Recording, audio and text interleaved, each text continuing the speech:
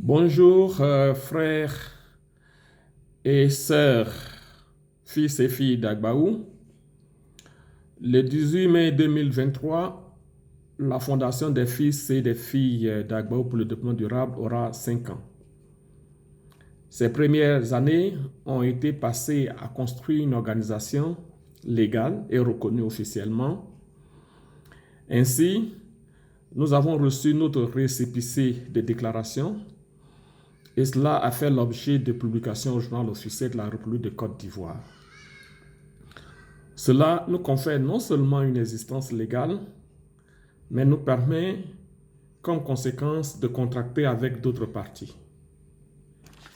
Si notre ambition est le développement durable du village d'Agbaou et de sa communauté, pour servir d'exemple et de modèle dans la région de la Mé et dans toute la Côte d'Ivoire et au-delà, il est nécessaire pour nous de dessiner le futur que nous voulons.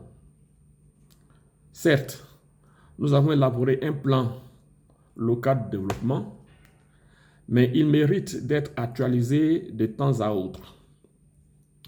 Et c'est à cet exercice que je voudrais vous convier ces jours-ci, à savoir mener la réflexion non seulement sur ce futur, mais également sur les moyens de sa réalisation. Au premier plan de cette réflexion, nous devrons bien entendu définir des objectifs et pour cela, je me permets de faire une présentation sur ce que doit être un objectif ou à quoi doit répondre un objectif. Il est admis qu'un objectif doit être SMART. Le mot SMART est en anglais et il signifie intelligent en français. Et bien entendu, le mot SMART se compose de 5 lettres, à savoir S, M, A, R et T. Et donc, qu'est-ce qu'un objectif intelligent ou un objectif SMART? Le S de SMART signifie spécifique. Les objectifs à définir ne doivent pas être vagues, mais accrochés à une réalité claire. Par exemple, augmenter le nombre de bancs en béton dans le village peut être vu comme spécifique.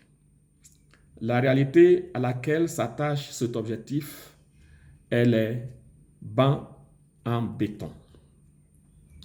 Deuxièmement, l'objectif doit être mesurable. C'est le M de SMART. Ainsi, augmenter le nombre de bancs en béton dans le village est certes un objectif spécifique, mais il n'est pas mesurable car cela peut bien signifier avoir un seul nouveau banc. Travaillons donc à donner des valeurs mesurables à nos objectifs. Et dans ce cas précis, on pourrait par exemple dire construire 3 nouveaux bancs en béton dans le village à raison d'un nouveau banc par quartier. Troisièmement, la lettre A dans SMART veut dire atteignable, c'est-à-dire que l'objectif que nous présentons doit être pouvoir atteint. Cela est en rapport avec les ressources disponibles. En clair, quand nous fixons un objectif spécifique et mesurable, nous devons en même temps nous interroger si cet objectif est atteignable. Par exemple, est-ce que l'objectif d'avoir 50 bancs en béton en plus est-il atteignable? Cela rejoint le R de SMART, qui veut dire réaliste. En clair, les objectifs doivent être réalistes. Il ne faut jamais promettre ce qui n'est pas réaliste. Autrement, augmenter le nombre de bancs en béton de 100 n'est pas un objectif réaliste pour F3DD. Cinquième et dernière chose, c'est que tout objectif doit être temporel. Il doit se situer dans un espace de temps, dans une durée. Ainsi, augmenter le nombre de bancs en béton de 3, s'il est spécifique, mesurable et sans doute atteignable et paraît réaliste, n'est pas smart tant que l'on n'indique pas dans quel délai. Nous devons toujours indiquer la période pour la réalisation d'un objectif. Augmenter le nombre de bancs en béton dans le village de 3 pour les 6 prochains mois est assez smart et l'on pourra à la fin du délai vérifier la réalisation de l'objectif. Bien entendu, je n'insisterai pas pour ce premier message à l'importance du contrôle de la réalisation des objectifs, qui dans notre cas est dévolu au comité de surveillance que je veux appeler à se mettre en action.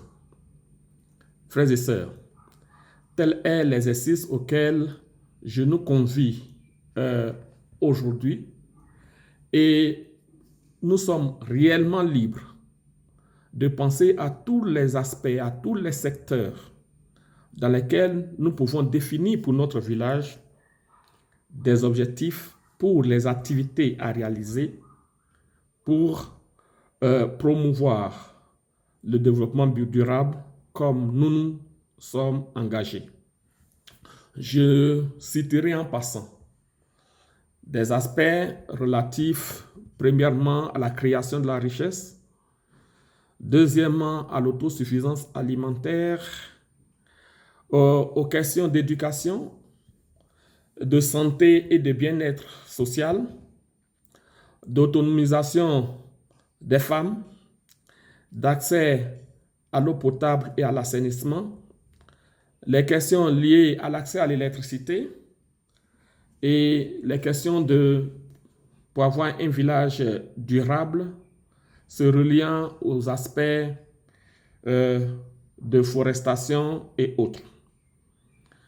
Je mentionnerai également tous les aspects relatifs à la consommation responsable, à l'agriculture et au changement climatique.